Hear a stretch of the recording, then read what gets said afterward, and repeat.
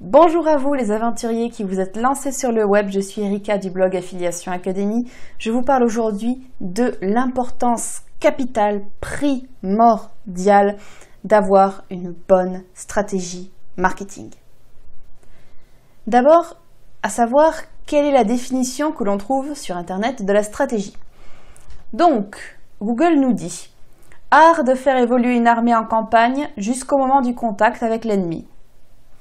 Ou alors, art d'élaborer un plan d'action coordonné, ensemble d'actions coordonnées.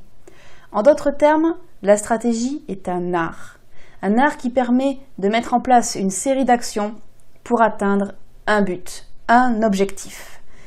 Donc, pour nous, le web marketing, notre objectif, c'est quoi? C'est bien sûr de faire de l'argent, on ne va pas se le cacher. À savoir si c'est faire de l'argent de manière honnête ou malhonnête, ce n'est pas le sujet ici. Donc, le marketing, ça sert à faire de l'argent. Donc, vous, ce que vous voulez faire en vous lançant dans l'affiliation marketing ou dans le business, dans l'infoprenariat marketing, vous voulez faire de l'argent, vous voulez gagner votre vie. Donc, il faut que vous mettiez en place une stratégie marketing. Pourquoi? C'est assez simple. La première chose que vous devez avoir à l'esprit, c'est qu'il faut avoir une stratégie pour savoir où vous voulez aller. Quel est l'objectif que vous voulez atteindre? Sachant qu'un objectif, comme le disait ma prof et qu'elle ne le répétait jamais assez, un objectif, c'est chiffré, c'est daté. Je veux atteindre 1000 abonnés sur ma chaîne d'ici un an. Je veux atteindre 100 000 euros de chiffre d'affaires d'ici 6 mois. Voilà, un objectif chiffré, daté. On chiffre un objectif et on le date. Pourquoi?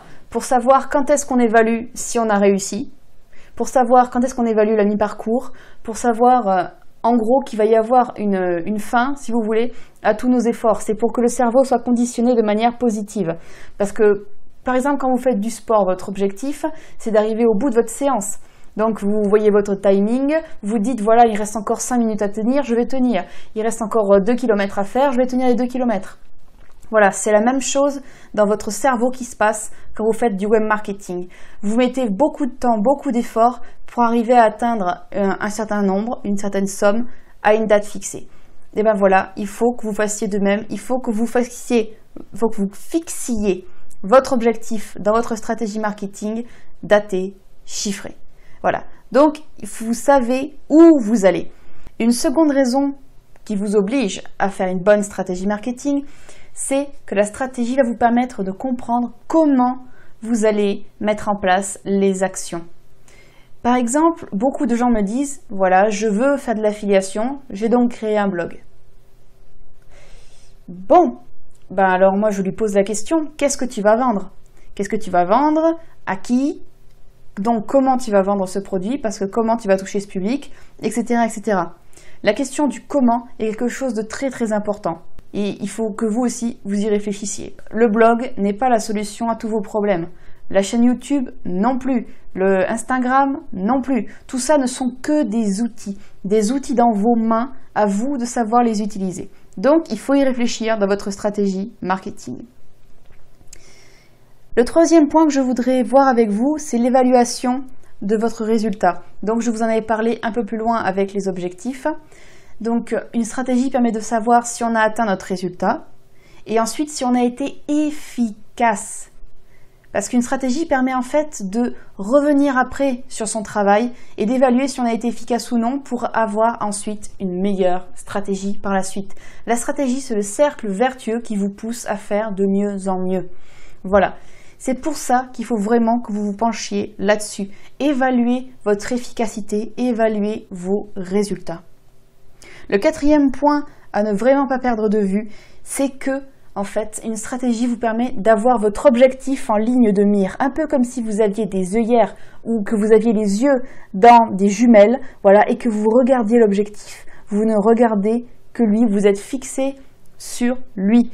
Et de le voir comme ça vous permet de garder un peu plus le moral quand la situation est difficile, quand vous n'avez pas de résultat, quand vous faites une traversée du désert, quand tout le monde autour de vous vous demande ce que vous faites, si vous avez des résultats, que vous êtes à moitié harcelé, que vous commencez à devenir fou, de garder votre objectif en vue, vraiment, c'est ce qu'il y a de mieux pour vous parce que ça va vous permettre de garder la force, ça va vous aider à garder le moral et à garder le cap.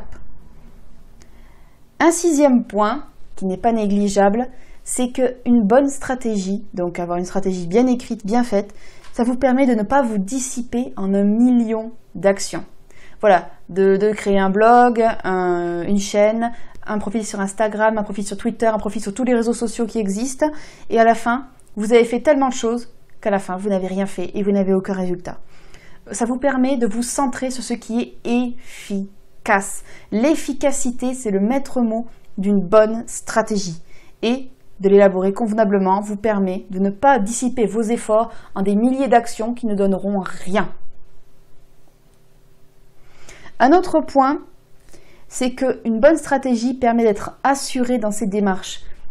Quand on a fait en amont tout un travail de réflexion, que l'on s'est fait aider parfois, que l'on s'est fait coacher si on en a besoin, eh bien, on est beaucoup plus rassuré sur ce que l'on fait. Est-ce que je fais bien de mettre cette vidéo en ligne? Est-ce que je fais bien de traiter le problème comme ça? Ça nous donne une assurance parce qu'on s'est préparé avant.